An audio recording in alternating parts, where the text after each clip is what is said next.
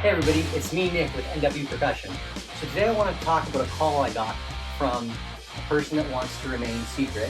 Let's call this guy Fred. So Fred phoned me and he said, Nick, I've been taking drum lessons in my small town and it's been going okay, but now I feel like it's really stale. I mean, I go in and we just do the same exercises, the same beat with a minor variation. I want to experience creativity and freedom and just happiness from the drum set.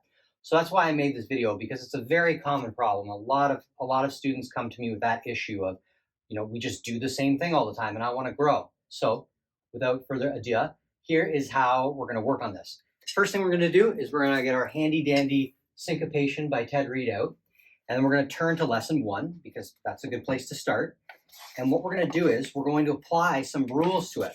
Now, all these rules we're going to apply today, you can apply them just as I have, but you can also make variations on them. So hopefully I'm teaching you how to think about being creative rather than telling you what to do.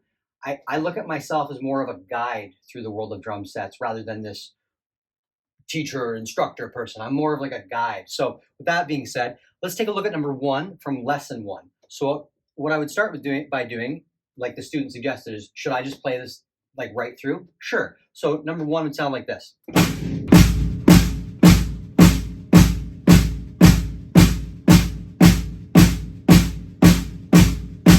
Pretty simple.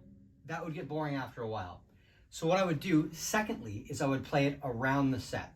So snare drum 1, tom 2, tom 3, floor tom 4. 1, 4, 1, 4, 1, 2, 4, 1. So around the set. Then I take my right hand, I do the exact same thing. 1, 2, 3.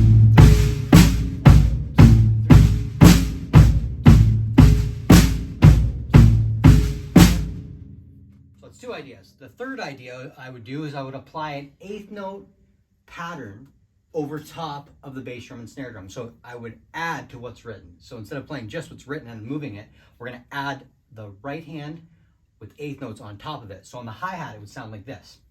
1 and 2 and 3 and 4 and 1 and 2 and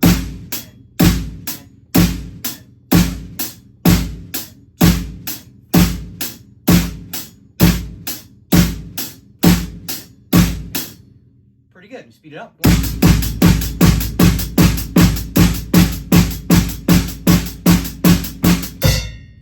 So that's pretty groovy. That sounds like a nice rock beat. So number 2, I'll just do the same thing, except instead of playing the right hand on the hi-hat, I'm going to play the right hand on the floor tom. Ooh, we don't use the floor tom very often, do we? But we're going to use it in this exercise. So number 2 with the floor tom playing 8th notes, and then just as written on the page.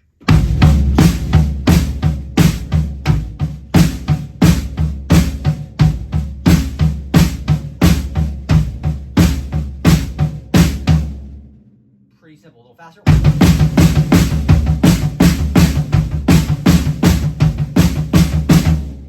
Pretty good.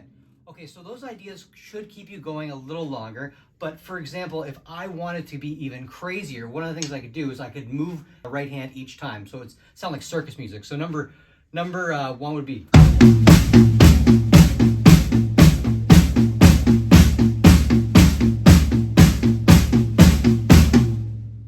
I think I missed the first snare drum on that one. Anyways, hopefully these ideas are helpful. Hopefully you find that approach enabling you to be more creative. Okay, until next time. Bye.